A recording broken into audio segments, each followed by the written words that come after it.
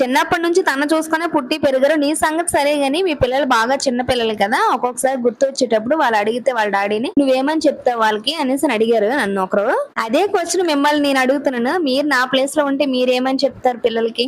అందరికీ అన్ని కావాలని ఉంటది, కానీ కొందరికే అవుతది. ఇంకా ఆర్మీ జాబ్ అండి మా ఆయన చేసింది. నచ్చినప్పుడు రావడానికి, నచ్చినప్పుడు వెళ్ళిపోవడానికి అస్సలు కుదరదు.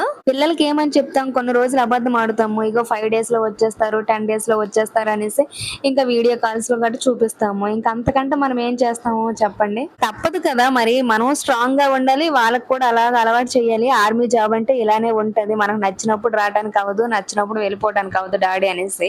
వాళ్ళు అడిగిన ఒక్కొక్కసారి ఇవ్వలేకపోయినా తేలేకపోయినా అప్పుడు అంటుంటారు, డాడీ ఉంటే తెచ్చేసిన మమ్మీ, నువ్వైతే అస్సలు ఇవ్వట్లేదు మాకు అనేసి. ఆ మాట రాకంటే వాళ్ళు ఏం అడిగితే అది చేస్తాను, కానీ వాళ్ళ డాడీ అంతలాగా అయితే మాత్రం నేను ఎప్పటికీ చూసుకోలేను, చూడలేను కూడా. ఇంతే మరి, ఇలా వెనక్కి కనిపించిన కష్టాలు చాలా ఉంటాయి ఆర్మీ వాళ్ళకి. ఇంకా వీడియో నచ్చితే లైక్ చేయండి.